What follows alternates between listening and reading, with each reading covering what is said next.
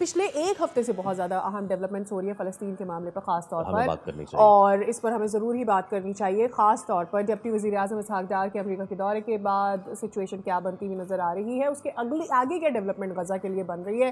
اقوام متحدہ کا اجلاس جس میں خاص طور پر سعودی عرب کا یہ موقف ٹیک اپ کرنا کہ غزہ کی جو 2 ریاستی حل ہے اس کی طرف جایا جائے، جو خود فلسطینی چاہتے ہیں کہ اس مسئلے کا حل ہونا ہے. اچھا، اسحاق ڈار نے تو ابھی تازہ گفتگو کی ہے اور اس گفتگو میں انہوں نے 2 ٹاک انداز اپنایا ہے. واضح طور پہ یہ کہہ دیا ہے کہ پاکستان کا اسرائیل کو تسلیم کرنے کا کوئی منصوبہ نہیں ہے. اور نیو یارک میں انہوں نے پریس کانفرنس کی اور انہوں نے کہا کہ جی بڑا کامیاب دورہ رہا ہے، مارکو روبیو سے ملاقات رہی ہے. تو اس سب پہ بھی ہم بات کریں گے. اس کے علاوہ غزہ کی بات اگر ہو ہی رہی ہے تو ہم آپ کو یہ بھی بتا دیں کہ فرانس اور سعودی عرب، جیسا کہ سعادت کہہ رہی تھی کہ ان کی میزبانی میں یہ چیز ہونے جا رہی ہے اور 2 ریاستی حل پر زور دیا گیا ہے. اور اب اسی پہ جو ہے نا ہم اس ساری صورتحال پہ جو اس وقت انٹرنیشنلی بنی ہوئی ہے ود دیٹ ہمارے پاس اگر وہ فوٹیج ہے جو ہم چلا سکیں کہ جی کل ہم نے دیکھا کہ ایئر ڈراپ، بلکہ پرسوں ایئر ڈراپ کیا گیا تھا جو غزہ میں امدادی سامان اتنے عرصے بعد پہلی مرتبہ وہ ایئر ڈراپ کیا گیا اور اہل غزہ جو ہے اس کی طرف بھاگتے ہوئے گئے اور یہ ساری چیزیں ہوئیں.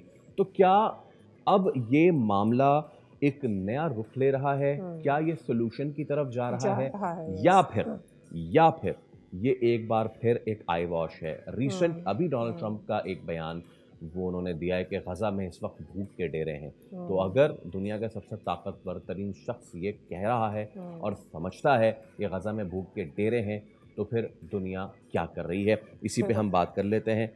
ماہر بین الاقوامی امور سید محمد علی صاحب ہمارے ساتھ موجود ہیں. علی صاحب السلام علیکم، very good morning to you sir. بہت شکریہ آپ کے وقت کا. تو علی صاحب کیا سمجھ رہے ہیں آپ کہ اس this situation taking a new turn, یا پھر معاملہ سولوشن کے قریب ہے، یا پھر یہ بس آئی واش ہے؟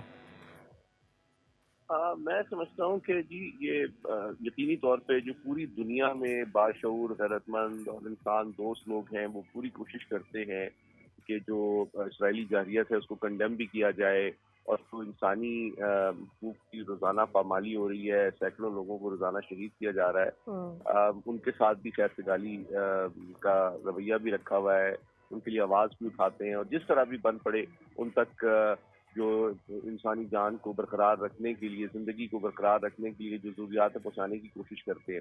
لیکن دوسری جانب آپ دیکھیں کہ روزانہ تقریباً 70-80 کے قریب لوگوں کو جو کہ صرف خوراک حاصل کرنے کے لیے، پانی حاصل کرنے کے لیے، جن کے ویژول ابھی آپ دکھا رہے ہیں جمع ہوتے ہیں، ان کے اوپر اسرائیل بمباری کرتا ہے. تو جو حقیقت کو اگر جامع انداز میں سمجھنے کی کوشش کی جائے تو 3 پہلو ہیں. ایک جانب یہ، اس میں کوئی شک نہیں ہے کہ پوری دنیا کا ہر باشعور، غیرت مند اور انسان دوست انسان جو ہے وہ فلسطینیوں کے ساتھ کھڑا ہے، اس سے ہمدردی رکھتا ہے.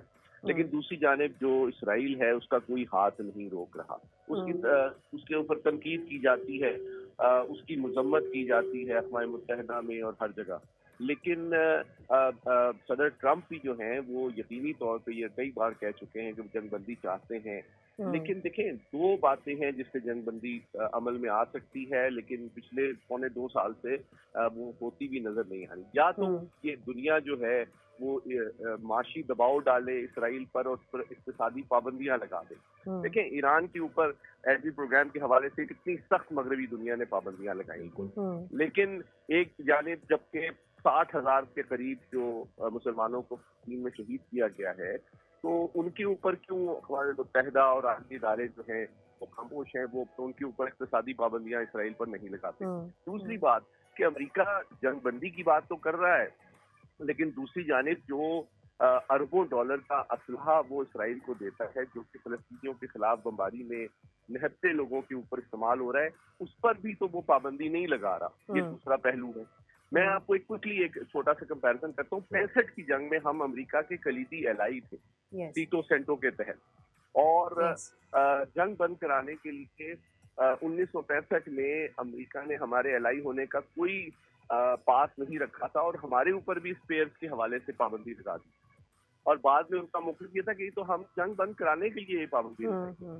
تو یہاں پہ آپ بدقسمتی سے دوہرا معیار بالکل واضح ہے.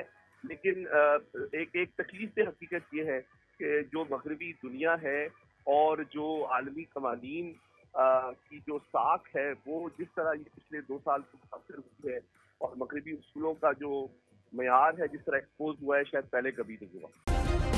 سبسکرائب کریں اور بیل دبائیں تاکہ کوئی خبر رہ نہ جائے.